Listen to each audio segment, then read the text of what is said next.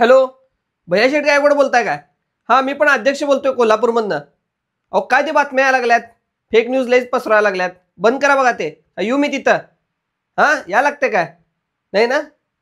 तर मित्रांनो, अशा पद्धतीने फोन लावून भैया शेठ गायकवाड वेगवेगळ्या लोकांशी बोलत होते. येवल्यामधनं मी बोलतोय असं सांगून लोकांचे वेगवेगळे प्रश्न सोडवत होते.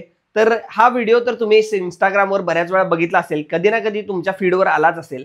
तर त्याच्यावर बऱ्याच लोकांनी आणि कॉमेडी व्हिडिओ सुद्धा भरपूर केले.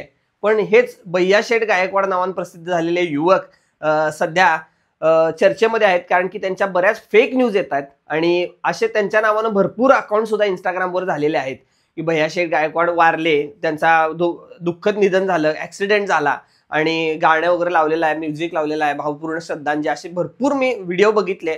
मी म्हटलं काय झालं असेल बाबा, की एवढा फेमस झालेला माणूस, एवढं खरंच नशिबानं त्याला चांगली साथ दिलेली. जवळजवळ 1 महिन्याभर आता ते लाख सबस्क्रायबर झाले, फॉलोअर्स झाले. आता सोशल मीडियावर फॉलोअर्स वाढवण्यासाठी काय काय करायला लागते, किती त्रास सहन करायला लागतो, हे तुम्ही सोशल मीडियामध्ये काम करणाऱ्याला विचारू शकता, की किती प्रॉब्लेम्स होतात. पण त्याला जर एवढा सक्सेस मिळाला होता आणि एकदमच तो अचानक गेला की काय, त्या ऐकल्यावर बातमी खरंच मला खूप वाईट वाटलं आणि बऱ्याच जणांना वाईट वाटलं असणार आहे. कारण की Instagramवर काम होत असेल नसेल, पण एंटरटेनमेंट मात्र भैया गायकवाडनं भरपूर केली होती आपली. पण अशा फेक न्यूज पसरू नका, कारण की अशामुळं काय होतंय, बऱ्याच गोष्टी चुकीच्या पण होतात. सोशल मीडिया अशी गोष्ट आहे की त्याला 2 नाणी आहेत, एका बाजूला चांगली तर दुसरी वाईट.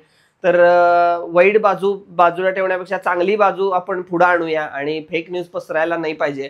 भैया शेठ गायकवाड व्यवस्थित आहे, जिवंत आहे, असं त्याने Instagramवर पेजवर स्वतःच्या टाकलेलं आहे आणि अशाच पद्धतीने तो एंटरटेनमेंट करेल सुद्धा आणि अध्यक्ष तर आहेच झालेला. तर बऱ्याच जणांना उपाध्यक्ष व्हायचा आहे वेगवेगळ्या ग्रुपचा, तर तुम्ही त्यांना कॉन्टॅक्ट करू शकताय. तर तुम्हाला हे व्हिडिओ कसे वाटतात भैया शेठ गायकवाडचे, हे कमेंट बॉक्समध्ये कमेंट करा आणि फेक न्यूज पसरू नका. फेक न्यूज पसरणं हे गुन्हा आहे. ITI ॲक्ट तर्फे तुम्हाला ह्याच्यावर गुन्हा दाखल होऊ शकतोय. ह्याची काळजी घ्या आणि नक्कीच चांगले व्हिडिओज करा.